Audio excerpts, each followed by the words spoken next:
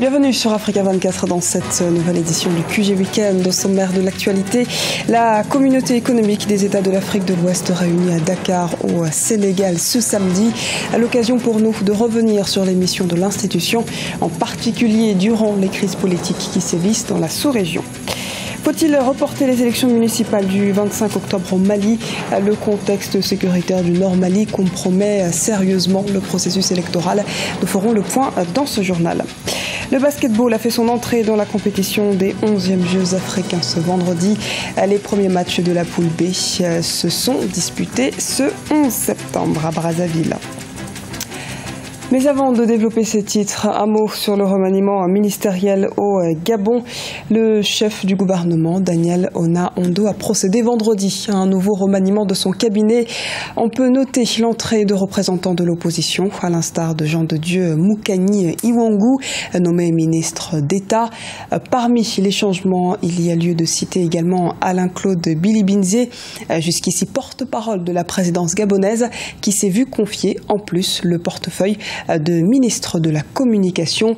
Notons que sur la liste des partants figure la ministre de l'Éducation nationale, Ida Reteno Assonoué. Ce remaniement est le troisième depuis l'arrivée de Daniel Ona-Ondo à la tête de l'exécutif gabonais en janvier 2014. Renforcement des institutions, médiation en cas de conflit, observation des élections. La communauté économique des États de l'Afrique de l'Ouest est un partenaire non négligeable qui œuvre pour la consolidation de la démocratie en Afrique. Plus que jamais, la CEDEAO, réunie en sommet extraordinaire ce samedi au Sénégal, devra poursuivre son rôle à la veille de plusieurs scrutins dans la sous-région. Le point tout de suite avec Ibrahim Ndiaye. La CEDEAO, la communauté économique des États de l'Afrique de l'Ouest, est réunie en sommet extraordinaire ce samedi à Dakar, la capitale du Sénégal. Elle joue plusieurs rôles pour la promotion de la démocratie en Afrique de l'Ouest, supervision des élections, médiation en cas de conflit. La CEDEAO est sur tous les fronts. L'institution sous-régionale africaine s'est illustrée dans la crise malienne, la crise post-électorale en Côte d'Ivoire, lors de la révolution au Burkina Faso ou actuellement dans l'organisation des élections en Guinée. La CEDEAO joue un rôle déterminant sur les questions politiques généralement en Afrique de l'Ouest. Déjà, je pense que l'initiative du président Macky Sall d'organiser un sommet extraordinaire en préparation des prochaines échéances électorales est une excellente chose. Excellente chose parce qu'on sait que c'est toujours des moments cruciaux pour la stabilité politique dans différents pays. Maintenant, sur l'organisation des élections, je pense que la CEDEAO a acquis une expertise en la matière en termes de diplomatie préventive sur des questions électorales.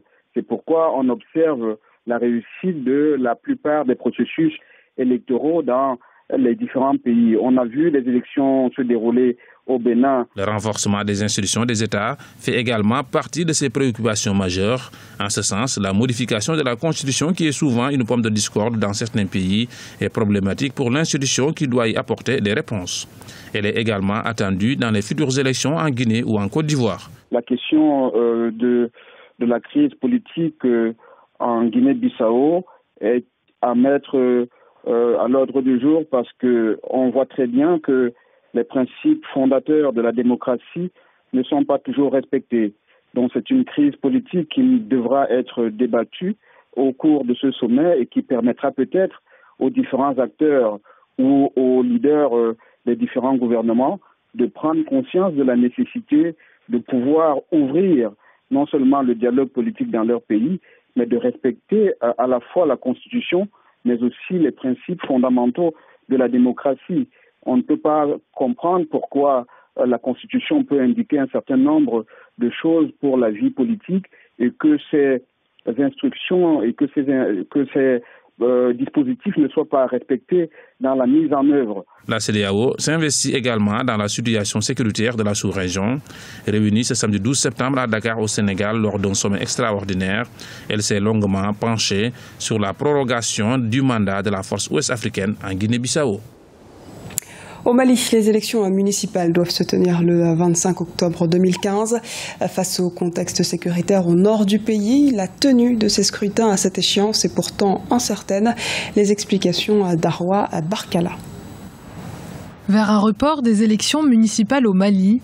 La situation sécuritaire reste encore fragile au Nord Mali et plusieurs partis ont fait part de leurs inquiétudes quant au bon déroulement des élections le 25 octobre 2015. De son côté, la coordination des mouvements de l'Azawad a interdit toute forme de rassemblement, de campagne ou de sensibilisation dans la localité qu'elle occupe. Pour l'ancien ministre des Relations avec les institutions et membre du Cercle des réflexions et d'information pour la consolidation de la démocratie, les différents protagonistes doivent rapprocher leur point de vue. J'estime que tous les partis politiques doivent se battre pour que les élections soient régulières en République du Mali, qu'elles ne soient pas reportées de date en date. Ça fragilise notre état de droit, ça fragilise le lien ombilical qui s'établit entre les citoyens et les partis politiques qui doivent concourir à l'expression du suffrage. Concourir à l'expression du suffrage, c'est pas les élections.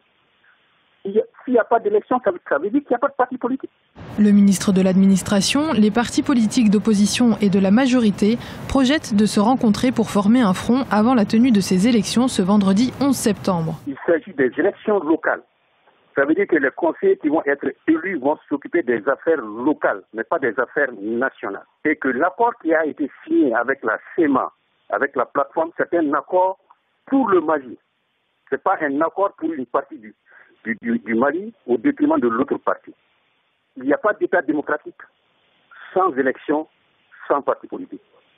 Les élections municipales ont déjà été reportées à 2 reprises et doivent avoir lieu dans 703 communes sur l'ensemble du territoire. L'actualité malienne, c'est également la restauration du visa entre le Mali et le Cameroun. Cette mesure vise à lutter contre le terrorisme, notamment contre la circulation d'éléments de Boko Haram entre l'Afrique centrale et l'Afrique de l'Ouest. 6e édition du Salon des formations supérieures et de l'orientation. L'événement a ouvert ses portes ce jeudi 10 septembre à Cotonou, au Bénin. Reportage de notre correspondant au Bénin, Leftiounou.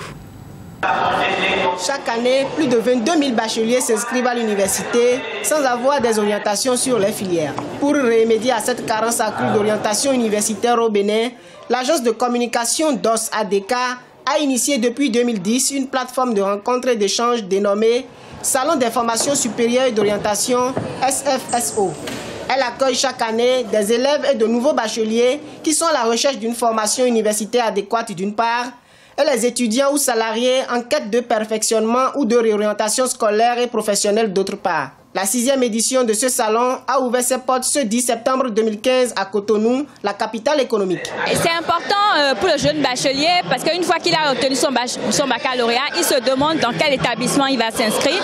Il se demande quel type de formation va lui permettre de trouver un emploi plus facilement. Donc c'est un espace où il peut avoir toutes les informations. Pour cette 6e édition, le salon met en valeur les jeunes entrepreneurs béninois qui ont su mettre à profit les orientations reçues.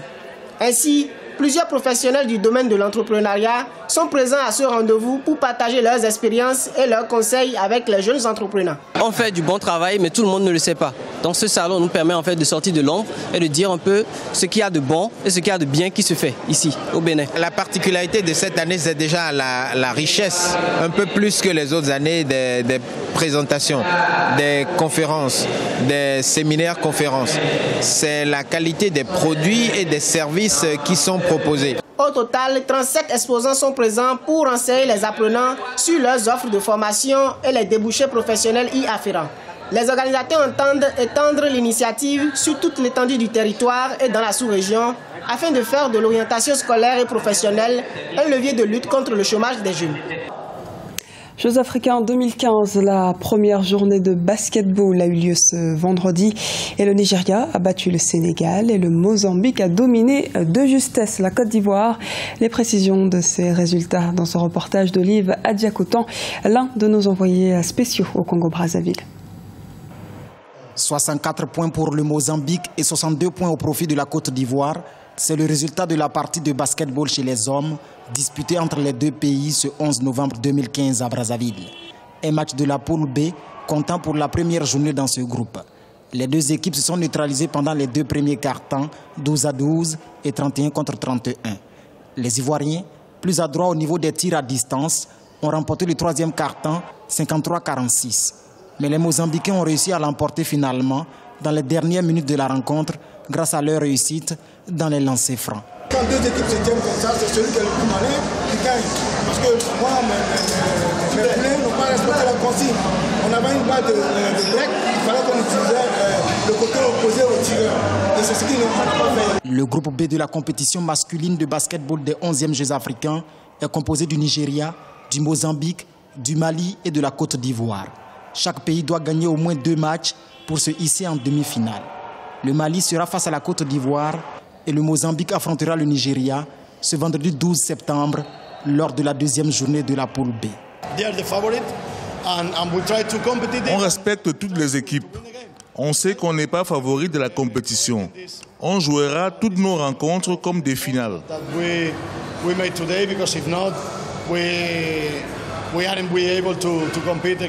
Rappelons que 9 pays prennent part au tournoi de basketball masculin du cinquantenaire des Jeux africains.